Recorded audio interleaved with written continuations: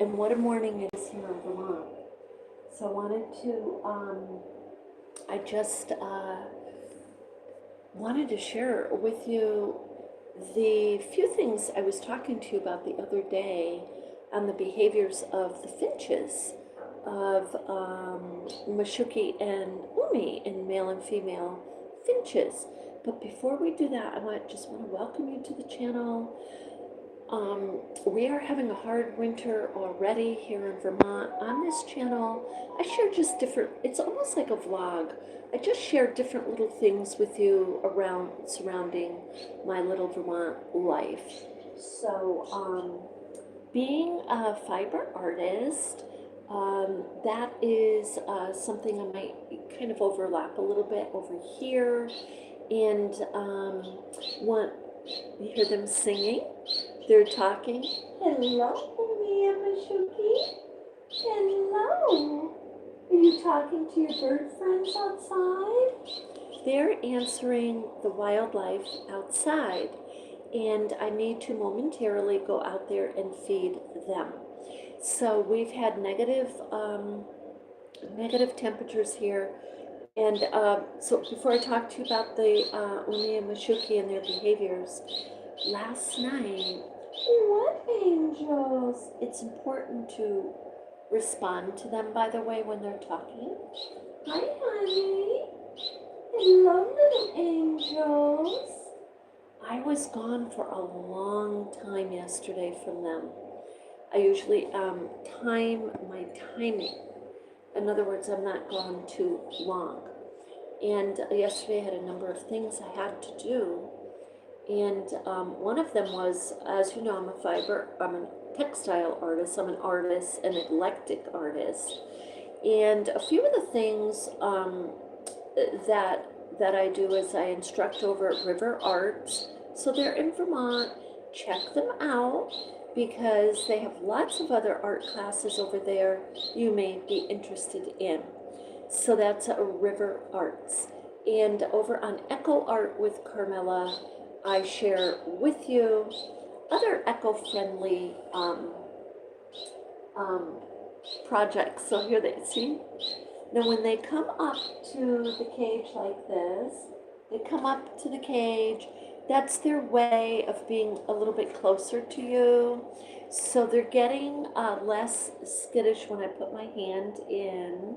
And it's been about 3 months now.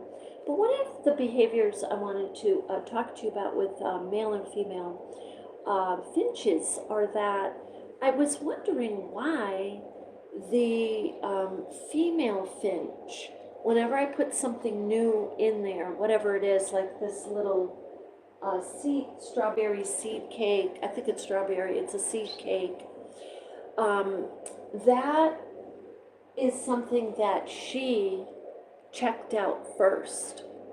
The female, so when I looked up the behavior, they said the female finches, and this is the society finches, the Bengalese finch, and they were actually created, crossbred, and I'm not sure which of the finches, but they are the only breed that's never been out in the wild, by the way. So they're genetically, or in their DNA, kind of, you might say, feel very at home in their cage. But they do need flight space. So, good morning. Hello. Now, this is a couple of interesting things. So the female will be the one to check everything out. And when she deems it safe, including the nest, then it can be used. Then it can be sat in. Then it can be eaten. She checks out the food. She checks everything out. So I was super surprised with that because she's half his size. And you would think that the male, but he sits in the back and he watches her check things out. It's the most adorable thing ever. It really is. Now, the other thing I want to tell you is they say that this is the type of bird that isn't going to mimic. But you know what they are going to do? And this is very interesting. Because I kind of classify this as a mimic. But what they do is they memorize Hi, Sylvette. Hi, Tablet. Hi, Max. Hi, guys. How are you this morning? Oh, it disappeared. How are you this morning? So they mimic, not mimic, they will copy or they will learn, let's put it that way, a non-grammatical, whatever it is, like music. It's usually music. But you know what I heard one of them do? And I think it was, I don't know which one it was. Well, good morning. Good morning. How are you, Mashuki? So I put my hand like this. This is a way that they know I'm saying good morning. And they're learning. But the one thing I heard them do, and it sounded like a sneeze, and it was shortly after I sneezed, and I kid you not. So I've been listening for it since, and I found the sound one other time. So their sounds are grammatical or non-grammatical. They're melodical. So I would see and totally understand that a sneeze would be something that they could copy. So I'm going to really be paying attention, studying them. Good morning, Mashuki and Umi. Good morning. He's very excited this morning. It may be because, so they're maturing and he's coming more into his little dance. Like he's starting to actually move his body when he dances and sings to her. But this is a call that he's doing right now. That's a call.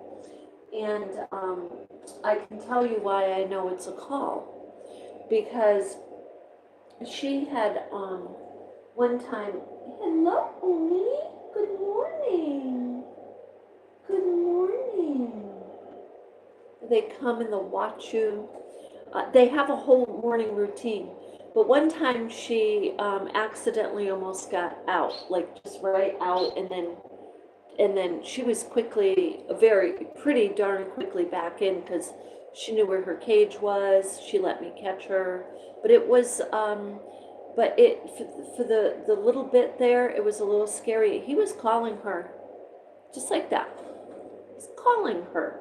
So that's a call. Or they could be calling to the wild birds outside. So anyway, with that, and the other thing about the finches is that science are studying their harmony. There is such a harmony between the male and the female that, yeah, I think as humans we should study. But I think it's an innately, they are caring. That's it. You know, I once heard very long ago that the couples who last, many, many years they stay together, it's because they're caring towards each other. And every day is a new day. So they don't, they're not holding grudges and judging. And so there's a lot of very human, I'm sorry, I have to distinguish us between the birds, okay? But, so the science is studying, and they're also studying how they look very much alike. But I have noticed when when the male is not puffed up, sometimes I can't tell them apart, but I've noticed lately he's definitely slightly bigger. He is bigger even when he's not puffed up. Good morning. So they've come to know the noises, some of the sounds of my very close neighbor. They know his cough. They know his sound, like his footsteps. They know. They're saying hello to him. They will call out, and it's not even somebody that they know. You know what I mean? So they're extremely intelligent in that way. They get to know, in other words, they get to know their surroundings. So I just love it. So anyway, yeah, the science is studying the relationship of the finches, so the harmony between the male and the female. So I'm studying it in my own way. You know, I'm not studying it from a scientific viewpoint at all. I'm not doing a controlled environment and all that stuff. I'm not going to do that. I like to just watch them in their natural environment and see them happy. What makes them happy? You know what I mean? And it's number one, it's food, just like us. The basics, right? A nice clean environment. They totally know when I'm cleaning their cage, I'm taking things out, putting things in, and they have a little routine when they clean, like they take their baths. They will take 2 baths a day, permitting if the water is changed. I notice if I delayed the water at all, they won't go in it at that particular time. The second time a day that clean water is in there, because they have two little containers. They have their drinking and their bath, and they will go in. So anyway, the weather has been. So let me talk to you about that for a moment. For any of you who know Vermont, if you were in Vermont last night, in like I don't want to say Northeast Kingdom, because by the time I got back up to the Northeast Kingdom, well into the Northeast Kingdom, the snow had tapered off significantly. There was an absolute blizzard, for those of you who know, between Morrisville, Wolcott, Craftsbury. Oh my gosh. I am telling you, I could hardly see the road. I actually have like neck ache, eye ache, you know. I do today, I do. It will work itself out, but it's from eye strain, I could not see, because what was happening is that I had never seen the snow quite like that. The wind was not just, it wasn't, you know, it was on an angle for a while, but then the wind came, and I never saw anything like this before. It was pushing, I know the snow falls down, but it wasn't just pushing it down. It was swirling it in large swirls down. And when I got back up here to the Northeast Kingdom, it was, what do you call it, like snow tornadoes wanted to begin. They were trying to begin. So that was going on. The other thing that is really unusual is one of my students showed us a picture of these blocks of ice, blocks of snow forming in the fields. Now, I have never seen that before. I've seen peaks, I've seen crests. I have never seen blocks like the blocks of ice. And it's the way the wind is blowing. But when I saw the wind, the snow formation last night, it was kind of in these large circles and then pushing down. That would make perfect sense. As an artist looking at forms, because I'm always moving fabrics and whatnot, that would make perfect sense. It's going around pushing down. I have never seen it do that.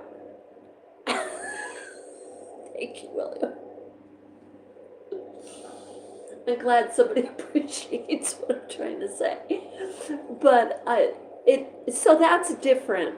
I've never seen that. And so the other thing is, it's significantly cold right now. It's like well below zero. I don't know what it is right now. I need to go out and figure that out, because I could see the tarp, and I knew this was going to happen. I put a tarp on my car, but I was so cold I couldn't tie it like I usually do on the sides. So it's not on the car. It's probably down on the ground. But I hope it's on the ground and it didn't like sail away on me. But I did have it kind of secured down with some heavier, like a rug. So, but the tarp absolutely does shield, your car from the wind. So it's not a bad idea. Now they do have car covers, which are not that expensive. They're from like, I saw them in Walmart, like $28, 60 something, but they go all the way up into the hundreds. And that isn't the kind I would get. I just would not spend that. I would not. Because what you can do when you get the car cover, if you're spending $28, the thing is you're getting something that's going over the whole car and securing it and zipping it. You can put the blankets on the inside of that too to insulate it more. But, and I know this sounds like ridiculous, but if you're in Vermont and you do not have a garage, you do start thinking of these things. And one of those little plastic things that's kind of like a little portal garage, that's not going to do it, because that will come down too. So I think it's wise to get one of those car covers. And in the sub-zero, not like every day, you don't need it every day, but sub-zero, yeah. Hi Eli, how are you today? And William, and I didn't see the last one there. But, so anyway, I wanted to get on here and share. Oh, wait, hold on one second. Yeah, I just wanted to check. I hope the heater is not, making too much noise. But anyway, so this is little Mashuki Anumi doing well today. I do have the overhead on because there's no sun. I don't know. I mean, it looks like there's some. Let me show you. We're gonna take a walk. I'm just gonna take you to the, we'll go to the kitchen. We'll go to the kitchen window. Okay. And see if you can get an idea of just, it looks like Siberia out there. I'm not kidding you either now. There's no sun, guys. You see? The birds are not even, I have to get out there and put more seed. I gave them extra bird seed out there. And hi, Jillian. Hi. It is pretty. It is, Jillian, I'm going to tell you, anywhere in Vermont, anywhere, even if you go down to Burlington to the little city, it's beautiful. Like, just take a little bit of a walk to the waterfront. It's right there. That's gorgeous. Go over to the parks. Let's see if you can you see the snow? It's actually snowing out there. I don't know if you can't see through that part of it because it's screen.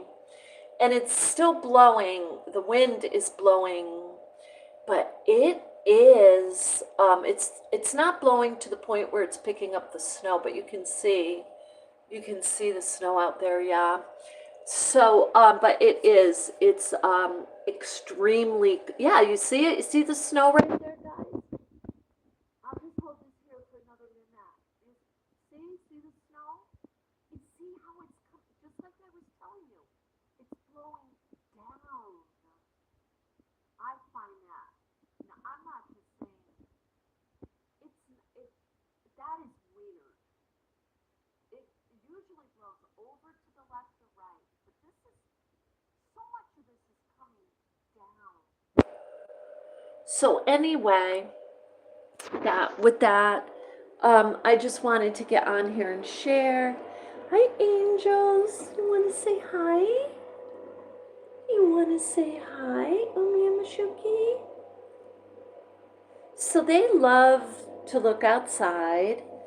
And now the next thing we're going to go over on this channel, I know it's not like specifically Vermont, but we're gonna be visiting some Vermont towns and whatnot very soon. Okay, you're gonna get, and we're gonna go back up. Guess where we're gonna go? We're gonna go back up to Smuggler's Notch. But I'm going to bring you, for those of you who are not familiar, I'm gonna bring you to some towns. That are more, they're central northern.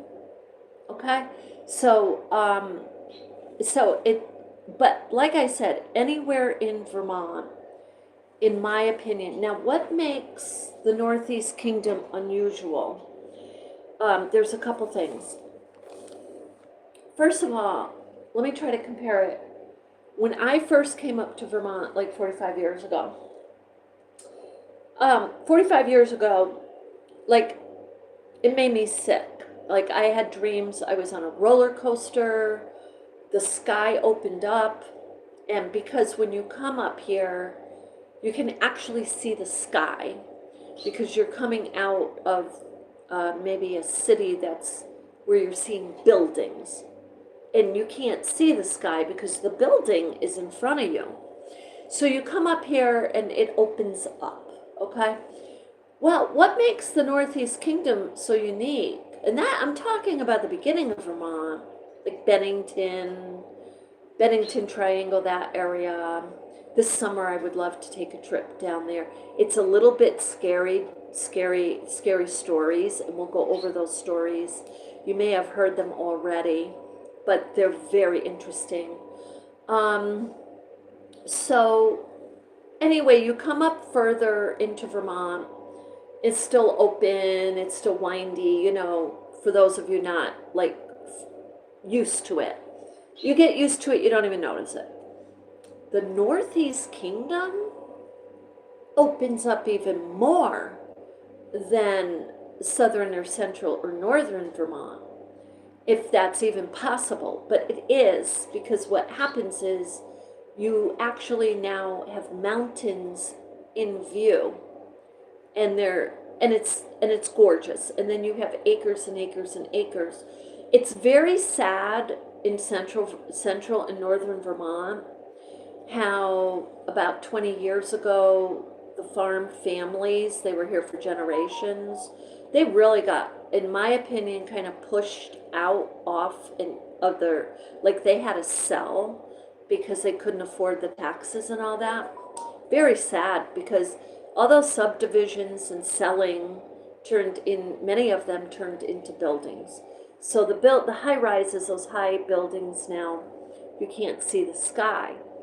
But anyway, you come up to the Northeast Kingdom, and that's the beauty. And there's lots of water. There's a lot of lakes all over Vermont. There really is. Like all the way up here, there's lakes. I mean, seriously. So now the only thing I would say, because also 45 years ago, and so look, it's beautiful. But we, at that time, in my marriage at that time, all my kids were babies, and we would go hiking with them on our backs, or trailing them with us and go on these hikes where you could stay on the trail. There were, and that they were well marked because we had our children, right? I can remember one time we went. It was literally not even 10 feet off that trail, and we almost got turned around. And I'll never forget that. Now, my husband at that time, he was a very intelligent man, very intelligent, and just stood there and for a few minutes and got us directly back on the trail. But I'm going to tell you, if we kept moving, we could have moved further off the trail. So Appalachian Trail is nothing to mess with. You do not ever want to go off your trail. And if you do, I would say don't make it more than 5 feet, or keep a string with you from your trail to the 5 or 10 feet you're going. But the reason it happens that quickly is sometimes the trail that you're on, it's not all bedded down with dirt, okay? Sometimes it's not. And so you have to be very careful. Anyway, with that, I wish you love and light, and I just wanted to get on here and share. And I do have a website that I found that at, and I'm going to go back and get that name for you. I've been straight out busy, and will be busy this next month, but will consistently be on here with you. But omlet.com, OMLET, gives you a lot of information about finches, all different types of finches, and yes, they know. They know when they have their fresh food, water, their environment, their floor, whatever the cage is clean. They know when they're moved from, let's say you have them, because they say keep them in a corner to keep them warmest. That's the warmest and more secure place for them is in like a corner of your house. But don't like leave them in a corner and like don't associate with them. But I can tell you that they love the window. Like most birds, they love to look out the window. So, like a lot of people do too. So anyway, with that, you be safe. Have a beautiful day. If they know I'm laughing, if it starts to really snow again, then I will come back on here because I know you like the snow. The only reason I didn't come back on here the other day is I got so cold I couldn't go back outside. So with that, you have an absolutely beautiful day. Love and light.